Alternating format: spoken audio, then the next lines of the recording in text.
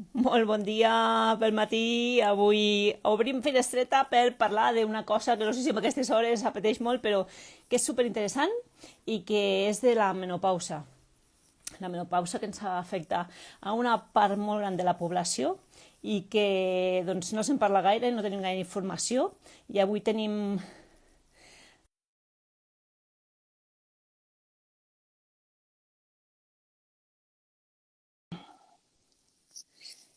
Si fem aquesta connexió, enviat. Sí, aquí la tenim. Què Bon dia, tal? Gina, benvinguda. Escolta, estava dient que no sé si són hores de parlar d'això, però jo crec que realment a qualsevol hora és bo per parlar de temes que ens afecten a tanta part de la població i que normalment doncs, trobem poca, siguin vídeos o sigui lectura, poca informació respecte a la menopausa. I abans de començar, em permetràs que li doni les gràcies a una persona que ens ha unit, que és la Sabrina Riba, que és la persona que ens va posar en contacte, que a la darrera visita que li vaig fer, que ja és una osteòpata excel·lent, formada a França, dels primers que hi va haver a Andorra, doncs li vaig dir, escolta, és que fa molt temps que vull parlar de la menopausa, perquè tard o d'hora m'arribarà, que jo faig 50 anys aquest any, i és que no me parla ningú, és que ni la meva ginecòloga quan hi vaig no me dona indicacions, i no sé res d'aquest tema. I de fet, curiosament, últimament m'han preguntat parelles de dones que estan en la menopausa si jo estava en la menopausa per saber com m'estava afectant a mi. O sigui que mira, que curiós, aquestes coses que passen a vegades. Em sents bé? Que et veig com congelada? A veure... Uh, que se'ns ha congelat la Gina. A veure, tornarem a fer la connexió. Uh, Te torno a enviar una connexió, Gina, perquè te veig congelada i no te sento. A veure... Ara sí. T'havies quedat amb un frame aquí congelat, així? A veure, Jo dic, ui, que raro que no es mogui. la correcte. Doncs Bueno, havia fet l'agraïment sí, a la Sabrina. Si vols, per començar, com dic sempre, que millor que una mateixa es presenti qui és la Gina, on te podem trobar, a què et dediques, perquè també la gent sàpigui qui ens parlarà bueno, sobre la jo em menopausa. dic Gina, soc d'aquí d'Andorra i fa pues, quasi bé 20 anys que sóc infermera, però sé titulada com a llevadora, que és l'especialitat d'infermeria, no? I amb el món de la llevadora és veritat que se'ns diu que la nostra competència és acompanyar les dones en totes les seves etapes de la vida. Però és veritat que aquí a Andorra, ostres, ens trobem a les consultes les llevadores que les dones, quan es troben que comencen a entrar amb l'etapa de la perimenopausa o menopausa, no ens consulten, perquè aquesta figura no la tenim tan marcada aquí, no? Potser el referent, fins ara, és el ginecòleg. I, clar, a les dones potser els hi falta informació, no? Perquè, clar, Això segur, això t'ho sí, o garantitzo. sigui, té molt a veure amb tota la part orgànico-sexual, no? Però no només això, perquè som éssers que hi ha una implicació biològica, psicosocial, i el treball multidisciplinar en aquest aspecte és superimportant, no? I, bueno, des que sóc llevadora, potser el que vaig aprendre fa 5 anys, actualment dius, ostres, tot lo que m'emporto i el que continuo aprenent i sobretot de la sexualitat en el món de les persones que tenim vulva, no? Perquè, bueno, ja sabem que també hi ha diferents orientacions sexuals, hi ha diferents identitats de gènere, però que això, les persones que tenen vulva hi estan implicades, no? En que puguin passar en totes aquestes etapes. Clar, perquè a part de... Me vaig preparar aquí una xuleta perquè em venien al cap moltíssimes preguntes, però et vaig dir més o menys mitja hora. I en tot cas, si convé, doncs un altre dia tornem a intentar quadrar agendes, que ens ha costat prou, Doncs, i fem com un segon capítol.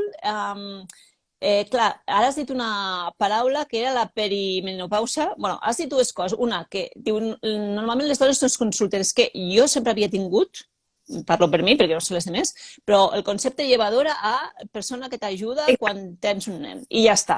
I aquí s'acaba la vostra feina, clar. O sigui, que potser ja el concepte que tenim de la vostra feina i de les vostres competències ja és erroni.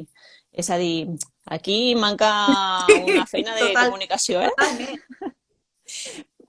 Li llenço al SAS aquí una nova campanya de comunicació i si necessiten ajuda que m'ho diguin, que me dedico a això. Llavors, per exemple, l'altra era això, la perimenopausa, què és? Què implica per a una dona? I ja te llenço la tercera també. He pensat, ja fa dies que penso, i els homes també tenen menopausa o és una cosa exclusiva de les dones? Per què aquí a Andorra, concretament a Andorra, per què el paper de la llevadora no ha estat, no? Totes les nostres competències més desenvolupades. Bueno, històricament, aquí a Andorra, en els anys 70, realment teníem 4 llevadores que es dedicaven a la funció només dels parts, no? De l'assistència dels parts. Però clar, és com infermeria. Tenim moltíssimes competències que hem de desenvolupar i per això aquest directe també penso que és una bona eina de divulgació de les nostres competències. La menopausa, a veure, és que la menopausa és una de les etapes, crec que més estigmatitzada de la dona, perquè, ostres, ja deixes de ser la dona fèrtil, ja deixes de ser, o sigui, els cànons de bellesa que ens centren sobretot en l'etapa dels 20. Màxim, vinga, va, anem a parlar sobretot del món del cinema, de la literatura, 20-35 anys. Però, ostres, ens hem plantejat que degut a l'augment de l'esperança de vida, ara, actualment, en una dona que se situa sobre els 85 anys, que l'etapa tota que conforma perimenopausa, menopausa, tot això té un conjunt que es diu climateri. Si ajuntem climateri i senectut, això suposa més d'un 60% de la nostra vida. I per què tenim aquest enfoc tan negatiu, amb aquesta etapa tan important? O tan invisibilitzat quan no ocupa tants anys de la nostra vida. I és quan podem sentir o podem tenir sintomatologia i manifestacions clíniques que s'han de tractar. M'explico. Anem a començar pel principi. Etapes. Primer tenim la primera etapa que se li diu la premenopausa. Aquesta, més o menys, és als 40 anys, però aquí realment hauríem de fer un control analític per veure que hi ha una hormona que es diu l'antimuleriana, que és la que ens diu la càrrega ovàrica com la tenim. Aquí ens diu que comença a disminuir aquesta càrrega ovàrica. Sense més, no tenim per què tenir manifestacions clíniques, o sí, però generalment no apareixen. Llavors, a partir d'aquesta premenopausa, després ens situem entre els 44 i 49 anys aproximadament, en aquesta etapa dels 5 anys, en què apareix la perimenopausa. Quines manifestacions aquí? Què podem sentir? Perquè hi ha moltes coses que s'associen també a sintomatologia clínica. Los temidos sofocos, que és sofocos, però no tothom té que tenir els fogots. No tothom té que tenir.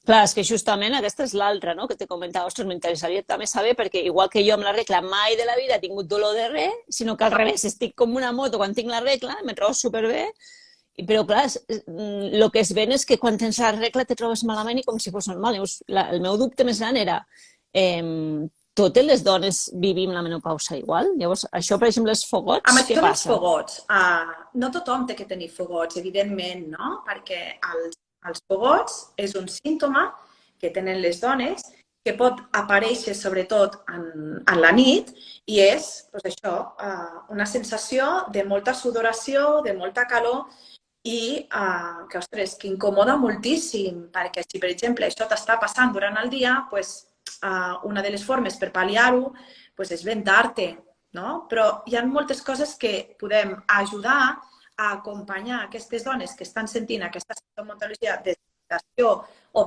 petits tips com la roba a portar, roba fresqueta, roba de cotó, que els ajuda a pal·liar aquesta sintomatologia. Per exemple, val? Insomni. Poden haver-hi trastorns en la son també amb aquesta etapa, no? Dels 44 als 49. No oblidem que l'edat mitja de la perimenopausa és sobre els 48 anys i mig aproximadament, que està datat a Espanya amb l'última revisió que vaig fer, no? L'insomni és una de les coses, ostres, que també a les dones els hi preocupa moltíssim, no? I realment et costa. Clar, és que al final, si no dorms, sigui pel motiu que sigui, no descanses i llavors tampoc no rendeixes, sigui a la feina o esportivament parlant, o el que sigui. Les padrines sempre diuen, és tan important el dormir com el menjar, o inclús més. Un bon I tant, sí, sí. Que tu també et sentis. Però hi ha moltes altres coses que també poden estar. Dius, és que últimament guanyant pes, tot a nivell de la faixa abdominal i el perímetre de greix allà que pot augmentar, costa més, potser perdre aquest pes i la repartició del pes es veu d'aquesta manera i, a més, pèrdua de massa muscular, que també ens pot passar això, no? Bueno, és un conjunt tot de sintomatologia que la dona, a poc, ja va veient que està despedint-se d'una etapa per entrar en una altra. I com tu deies, depenent també de com hem viscut els nostres cicles menstruals. Si, per exemple, tu ets una persona que amb els teus cicles menstruals, amb la teva menstruació, no has tingut mai dismenorrea, que la dismenorrea és el dolor menstrual, ostres, doncs, a lo millor entrar en aquesta etapa et pot implicar uns símptomes o no. No ho sabem. En general, la menstruació no hauria de fer mal. Si hi ha dolor, alguna hi ha, alguna està passant. Clar, doncs és el que comentàvem, no? Que s'ha parlat tan poc, o inclús moltes vegades s'ha estudiat tan poc, perquè la medicina, sobretot, ara ja s'ha reconegut, no? Que s'ha estudiat moltes vegades inclús medicaments, efectes sols sobre homes i no sobre dones, o el que comentàvem fa uns dies, em sembla que era amb tu, doncs que inclús, no, era just amb el noi que em va preguntar si jo ja tenia efectes de la menopausa, que la seva companya estava pobra, que no dormia, fogots, etc. Que deia, bueno, és que fins i tot he arribat a sentir testimonis, no?, en el cas de la Marató, quan es va dedicar a les malalties cardiovasculars, que a una dona que li estava donant un atac de cor li estaven dient a urgències que no era un atac de cor, que tranquil·la, perquè no tenia els símptomes que posava ja per protocol. Llavors, perquè aquests símptomes durant molts anys sols s'havien estudiat sobre els homes. Ningú s'havia fixat que les dones podria ser que donés d'una altra manera. En lloc d'aquí potser el pit te donava el braç i coses d'aquestes així, no? I això és una de les coses que ens trobem en el nostre dia a dia encara el 2023, que hi ha moltes coses tan estudiades sobre el cos masculí i no sobre el nostre cos. Sí, perquè és veritat que la medicina no ha estat fins a dia d'avui molt androcentralitzada, no? Però, bueno, a poc s'està veient aquesta divergència, no? A poc, des de fa ja, potser segle XX, XXI, que ja s'està diferenciant més, no? Sexe masculí, sexe femení, hormonalment funcionen diferent, no? I també nosaltres, les dones, tenim una càrrega afegida, no? Que és un component social, un component familiar, que això pot haver-hi més o menys afectació, no? A part només de la part física. Però ja hi ha referències històriques de la menopausa, no? Per exemple, en els papiris egipcis ja referien a les dones menopàusiques com a les dones blanques. O, per exemple, a la Bíblia, Sara i Abraham, hi ha la referència de que quan van arribar a l'etapa de la bellesa, a Sara bellesa me baixa. Doncs a Sara ja li va cedir les coses de la dona, no? Hipòcrates i Aristòteles ja parlaven d'aquest cessament de la menstruació més o menys a partir de 50 anys.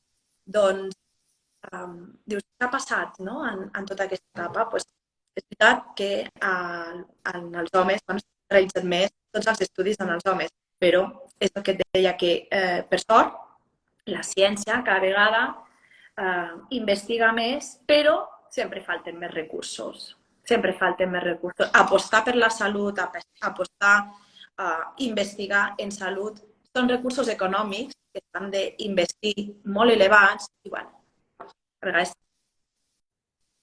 Clar, però per contra si s'investiga i al final doncs, tenim una atenció adient per lo que ens passa, si el que sigui, això també al final reverteix per una altra banda en menys baixes, en millor rendiment a la feina, etc etc. O sigui que al final és posar en un lloc per no haver de ficar en un altre i al final millores la qualitat de vida de la teva població.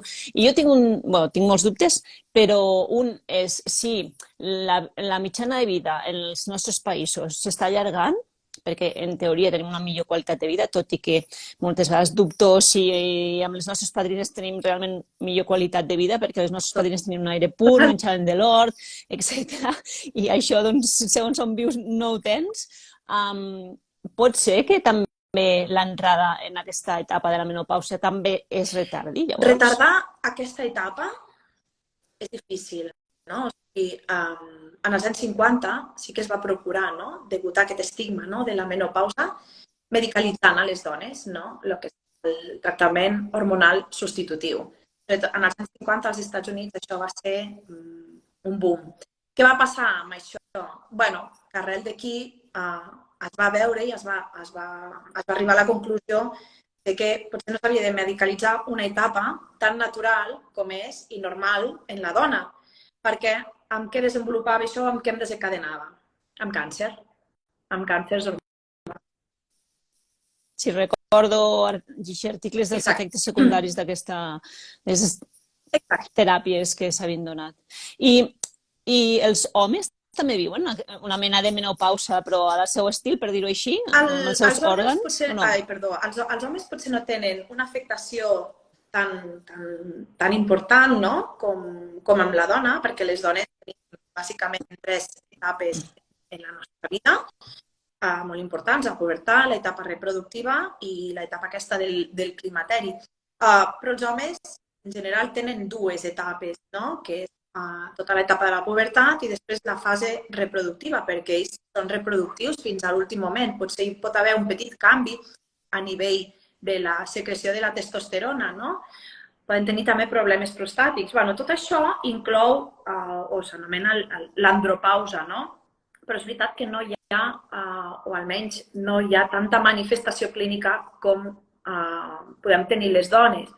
Perquè mira, l'altre dia, per exemple, vaig veure, no sé si era a Madrid, en un consell, ostres, em va agradar moltíssim, va sortir una dona amb etapa de perimenopausa i ella va dir, sí, estic perimenopàusica, és una etapa natural, però no hem de deixar de donar importància a aquelles manifestacions clíniques que ens condicionen la nostra vida o que poden alterar, sobretot, la nostra qualitat de vida, com l'osteoporosis, com problemes cardíacs, problemes d'hipertensió, colesterol. Llavors, apel·lava a que les dones poguessin tenir més informació en tot aquest aspecte i poder ser derivades en el moment o quan toca, no?, per poder tractar totes aquestes manifestacions clíniques. Però nosaltres sí que podem fer petites coses. Clar, just és el que t'anava a preguntar. O sigui, algú que es troba en aquesta etapa, quins són els passos que hauríem de donar? A part de fer-nos la revisió anual ginecològica, que almenys aquí a Andorra és el que ens recomanen, no? A part de lo típic i tòpic que tenim estructurat, tot això que no sabem o que no fem, perquè no sabem, què és?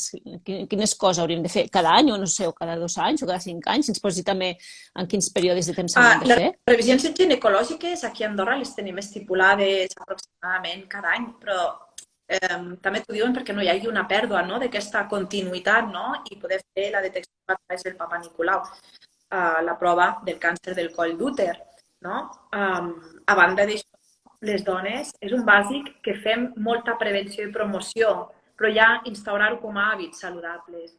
Molta visualització dels nostres pics, veure si hi ha alguna asimetria, palpacions a nivell mensual, si detectem algun canvi en les nostres menstruacions, ostres, aquest mes el meu cicle ja no ha estat de 28 dies o de 30 dies, ha estat de 40.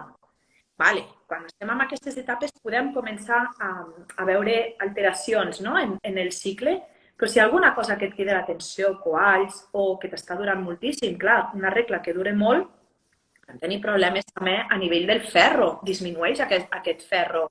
Llavors, aquí cal Clar. fer un control analític. I les dones que es troben en aquesta etapa, quan van al ginecòleg o al seu metge de referència, una analítica en què els metges de referència això ja ho fan, però un control de la vitamina D, un control de la vitamina B12, el ferro. I el sistema immunitari també ens disminueix. Llavors, què podem fer per augmentar el nostre sistema immunitari? Jolín, és que ens passem molt de temps tancats. Bueno, Diana, tu potser no, perquè tu estàs sempre en muntanyes. Bueno, tinc mitja jornada a fora i 8 hores més a l'ordinador, eh? La sort és que estic al costat del vidre i mira, mal que bé, me toca la llum del sol ni que sigui per un vidre. És que aquests 10 minuts d'exposició solar sense crema en cara i en braços és un bàsic per absorbir tot el que és la vitamina D i la vitamina D ajudarà a l'absorció del calci.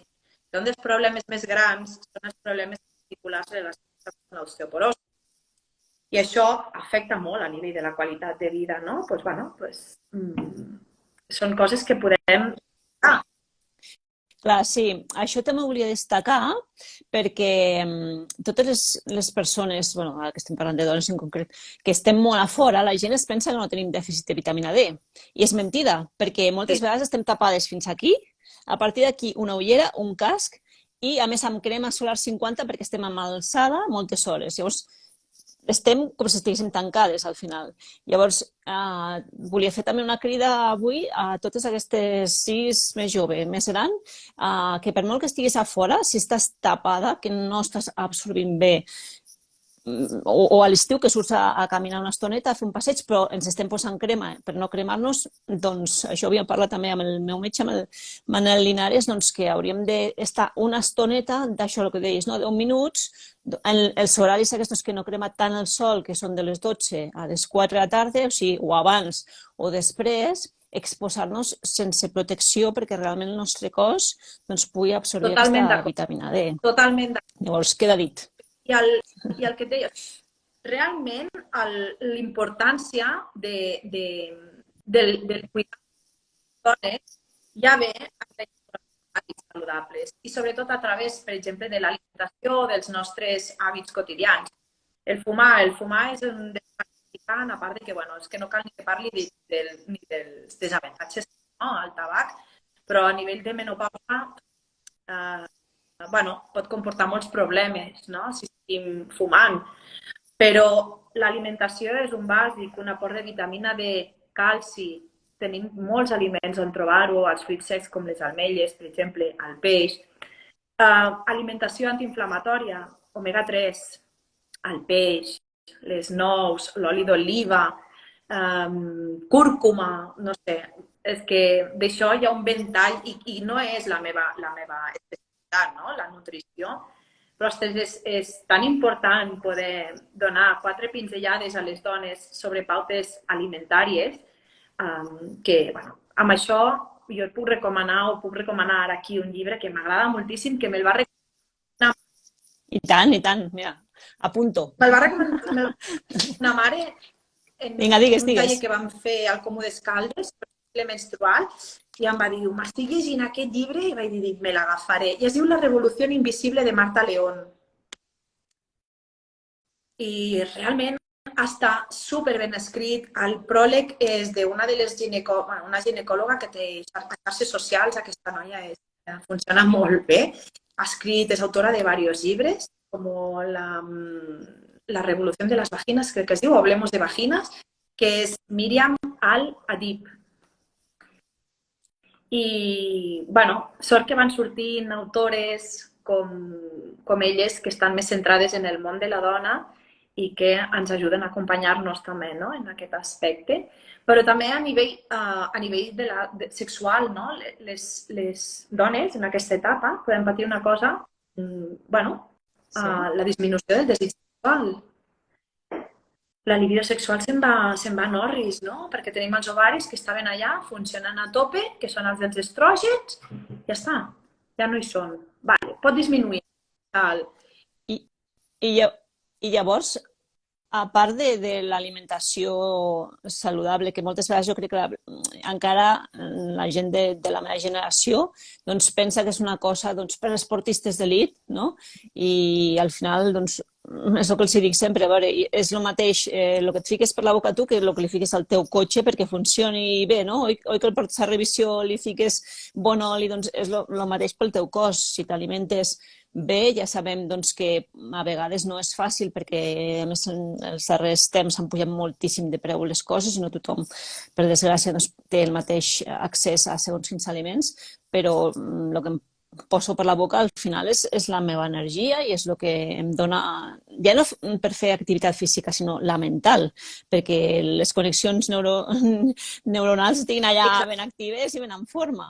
Llavors és superimportant això. I això, i a més d'una bona alimentació, doncs, exposició al sol per tenir les vitamines que necessitem, hi ha alguna mena, al final, si algú realment es troba, com l'altre dia, una amiga que em deia és que jo no puc dormir per les nits, és que suo molt, és horrible, llavors, clar, la meva parella hem de dormir separats, és que m'explicava unes coses que, clar, jo més que la veig supersana, pensava, no pot ser.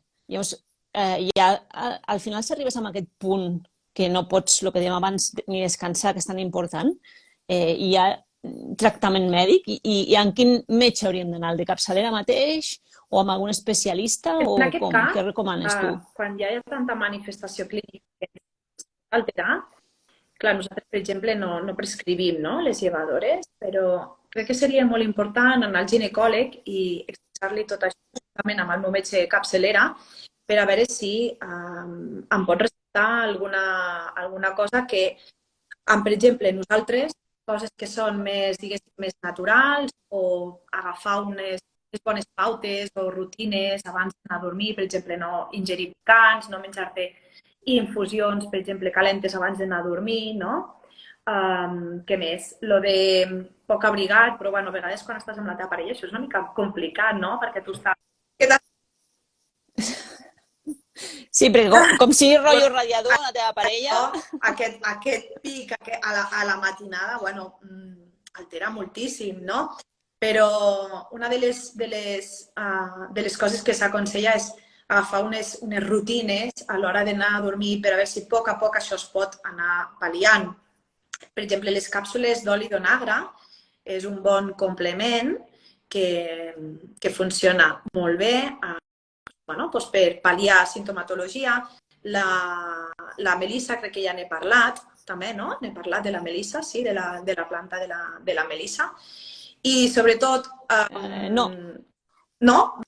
Vale, doncs hi ha complements de melissa que també van superbé, val? Per induir aquest estat de son i, a més, aquestes pautes ens poden ajudar a continuar amb una bona regulació de l'hormona responsable de la son, no? Que és la que ens instaura els ritmes circadians, que és la melatonina. Llavors, anar agafant aquestes rutines ens pot ajudar, però són eines o tips que podem donar, però nosaltres tampoc tenim aquí la clau absoluta perquè és una etapa que hem d'anar passant. És un símptoma, a diferència d'un signe clínic com seria, per exemple, l'hipercolesterolèmia, problemes cardiovasculars, que aquí sí que s'hauria de mirar aviam si s'ha de fer algun tractament per evitar, com tu has dit molt bé, un infart, no? Complementacions, per exemple, de vitamina D i calci, magnesi. El magnesi també s'ha vist que té, en els últims estudis, una importància super important a nivell dels dolors, per exemple, menstruals, a nivell de les migranyes aquestes menstruals o dels símptomes premenopàusics. El magnesi el trobem en molts aliments, també tots aquests aliments de fruita verda, de fulla verda, perdó. Bueno, és que si anem a buscar... Sí, amb això també faré un apunt, si m'ho permets, i és que ull que no és el mateix el magnesi marí que el magnesi químic. Llavors també busqueu, com sempre, si poden ser, que l'altre dia feia broma justament amb una persona, li deia, bueno, el marí, no sé, amb tanta porqueria que tenim al mar, no sé si realment és més saludable que el que és fet artificial, no? Però sí que és veritat, jo que tinc la sort de vegades de parlar doncs, amb metges que porten esportistes d'elit que sempre m'han dit tot el que vingui d'origen natural, busca aquell. O sigui que mireu perquè no, potser és una mica més barat l'artificial, per dir-ho així, però si mireu el cost que surt per dia és ridícula la diferència que hi ha entre magnesi marí i l'artificial.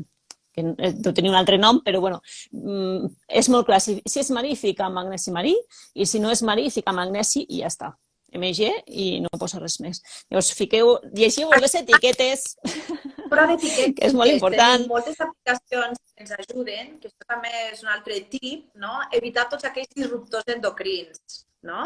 Els disruptors endocrins són aquells que, pum, que encaixen perfectament allà on van les hormones, ¿vale? I funcionen com a hormones i difícilment els podem treure. Llavors, no deixa que el nostre sistema treballi, el nostre sistema hormonal. Parabenos, tan fàcil com parabenos, no? Que és el que més coneixem. Doncs tenim un munt d'aplicacions que ens ajuden a evitar aquests disruptors endocrins perquè el nostre cos funcioni o acabi de cremar aquesta etapa de la funció estrogènica. És superimportant. Llavors, amb això que diu la Gina, fixeu-vos que els sabons, quan aneu a la secció de sabons de gel, val? Si no utilitzeu des de pastilla, hi ha uns que a sota, a baix, Sí. en petit, perquè sembla que sigui dolent, fica sin parabenos, sin aluminio, sin no sé quantos. Bueno, normalment posa 3 coses, encara que darrerament també te diré que jo fa molts anys que utilitzo d'aquests sin parabenos, però portem des de més o menys la pandèmia que algunes de les marques que feien sense tot això han deixat de fabricar, suposo que per un tema de costos. O sigui, el mateix sabó el trobes ara, però ja no posa sin parabenos. I alguns que posava sense alumini, ara ja no posa i sol posa sense parabens. Llavors, entenc que és per temes de costos, però que als supermercats, i com que aquest directe no és pagat, podem dir noms, aquí a Andorra, a l'hiper, per €1,50 pots comprar gels de 750, és a dir, que te donen molts mesos, sense parabens. Així que és una cosa molt fàcil. Llavors també les pastes de dents, les cremes de la cara, és que està a tot arreu, perquè és un fixador d'aromes, si no m'equivoco, no? I llavors li fiquen a tot arreu. Però és molt fàcil, no cal que anar a una farmàcia i comprar coses supercares. Al súper mateix trobes coses sense parabens i és una cosa molt important, sobretot si tenim nens, perquè així els criem sense aquestes merdes, si em permeteu l'expressió, que li estem ficant als seus cossos des que neixen. I potser per això també, que això donaria per un altre directe, el tema de les al·lèrgies, no? Que bueno, jo potser no tant, potser més als pediatres, no? Però, ostres, tens molta cura, ja que aquí estem més enfocades en el món de la dona maternal, no?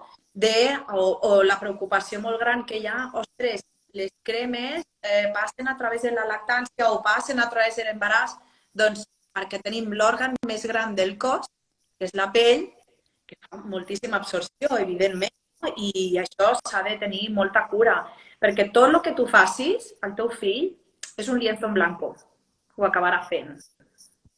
M'ha agradat molt una cosa. Clar. I el que no veiem a més avui en dia, doncs se va quedant allà a la pell i al final potser ens surt d'aquí uns anys, no?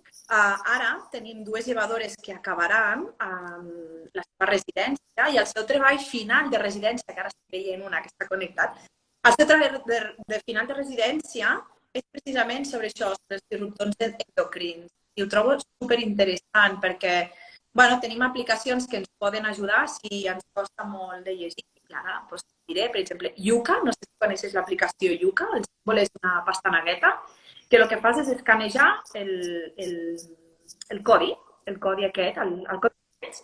Llavors et diu en percentatge, si és 100% fiable o no.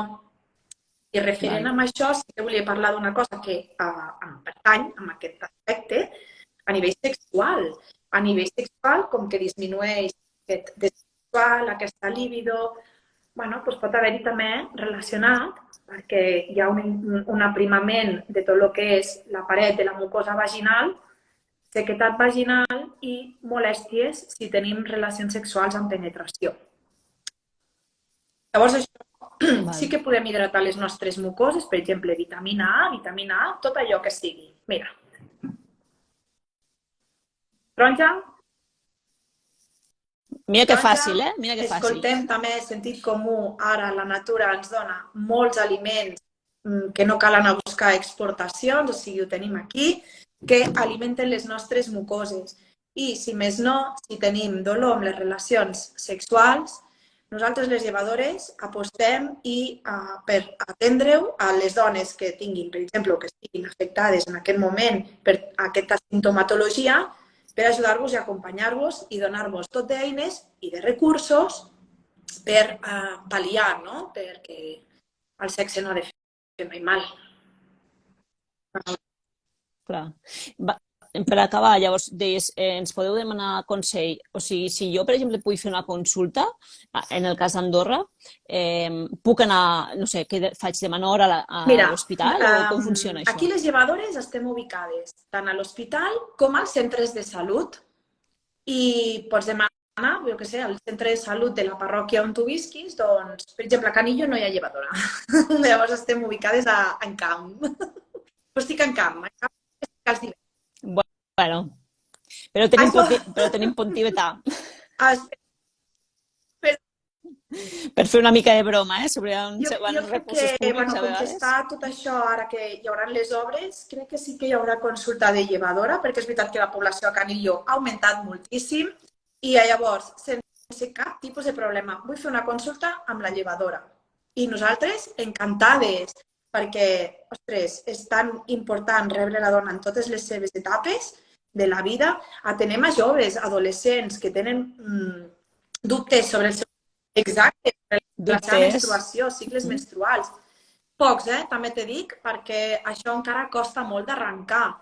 Però menopausa, ostres, jo he tingut dones que me les han derivat a infermeria, aquí, per exemple, a Sant Julià, que jo visc a Sant Julià, i Gina, diu que nota això, nota a nivell del sòl pèlvic, no? Que té una molèstia. Vale, doncs la veig. Fem una valoració del sòl pelvià, a veure què hi ha, perquè això és una de les nostres competències també, i a veure amb què la podem ajudar, si l'hem de derivar, perquè és tan important.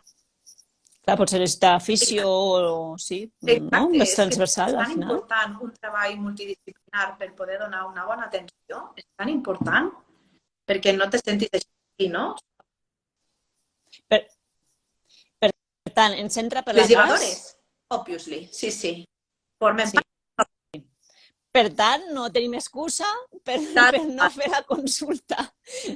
Així que, dones d'Andorra, si teniu cap dubte sobre qualsevol de les vostres etapes de reproducció relacionades amb el vostre cicle menstrual, si se us ha anat la regla, si no us ve qualsevol cosa, demaneu poder consultar a les llevadores, que a més, com veieu, són super simpàtiques i molt bones comunicadores. Et felicito, que a vegades no és fàcil parlar de segons quins temes amb paraules que s'entenguin. I també l'última pregunta que et volia fer. Abans has comentat temes de tallers. No sé, hi ha una agenda de tallers que es puguin anar o en algun lloc, no sé si ho publiqueu en alguna pàgina web o on us podem seguir per saber quins tallers feu? Mira, Diana, amb el tema dels tallers, és veritat que les llevadores aquí fem tot el que són els tallers de preparació a la naixença i preparació a nivell del postpart. Però, ostres, gràcies al Comú d'Escaldes, que no sé si coneixes ara tot el programa que han fet d'Empodera't. Sí, ho vaig veure amb un panell d'aquests informatius l'altre dia a prop de la plaça Coprínceps, que vaig dir, ostres, quin munt de coses. Perquè ens van proposar les llevadores fer uns quants tallers que us animo, per exemple, el 4 de maig, si no recordo malament, jo faré el taller del plaer d'edat, en el que farem una petita explicació, xerrada sobre el plaer en les diferents etapes evolutives de la dona i al final potser us centrarem en aquesta última etapa.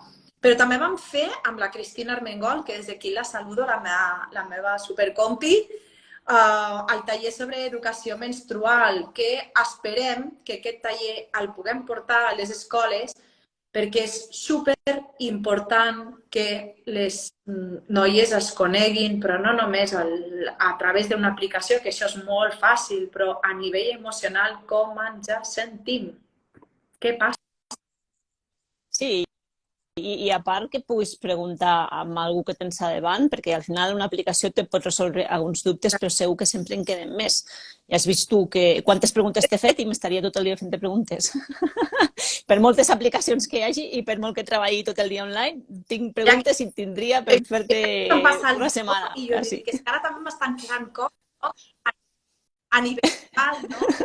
Hi ha més predisposició de depressió en la dona menopàusica, no? Bueno, però per què, no? Per tot aquest condicionant dels canvis que s'estan donant hormonals, però és que també tenim una pressió a nivell laboral, una pressió familiar, la càrrega mental familiar, això està més arraigat en el món de la dona, no? I tot això pot ser un condicionant. Sí, igual que el tema dels parabens, igual has anat aguantant, no? Absorbint i arriba a un punt de la teva vida que s'ajunten diferents factors i dius, bueno, ja prou fins aquí, no? Doncs, escolta, no et vull robar més temps, ha sigut super interessant, el vídeo el deixarem penjat perquè segurament aquesta és una hora que molta gent està treballant i així el compartirem a les xarxes. També per si algú no té Instagram el pujaré també a un canal de YouTube, que també així, si algú és d'un altre país, no acaba d'entendre el català, doncs es pot activar els subtítols i veure-ho en qualsevol llengua. I agrair-te moltíssim doncs, tota la predisposició i totes aquestes superexplicacions que ens has donat i espero veure't molt aviat perquè segur que tindré més dubtes i et demanaré, escolta, fem un altre taller sobre això? Encantada llavors en parlem. Diana, de poder fer aquest text amb tu i després dir, ostres, quina pressió, no? Sí, perquè mira, hi ha una cosa que a vegades jo he parlat en algun vídeo i és com afecta això, la regla a les esportistes, ja no de molt alt nivell, sinó a una noia que faci esport de competició i que sigui a dintre d'Andorra, saps? Doncs això jo crec que seria un tema interessant i també lligat amb el que tu, per això t'ho comentava, amb el que tu deies de portar aquests tallers a les escoles i que les noies puguin... Les noies i els nois també, no? Perquè al final, si tu tens amics o tens companys de vida, crec que és molt interessant al final aquest concepte implicar-los amb ells perquè entenguin què li passa a la seva amiga, a la seva companya, a la seva mare, a la seva germana, no? Doncs que no és una cosa exclusiva sol de les dones, és que ens hem d'implicar tots per al final també canviar aquesta cultura que tenim cara patriarcal i masclista, i això també amb tallers com aquest que tu comentaves, crec que pot ser superinteressant de fer-ho conjuntament, nois i noies. Ho trobo també molt important i prioritari des de les escoles que s'instauri aquests tipus de tallers.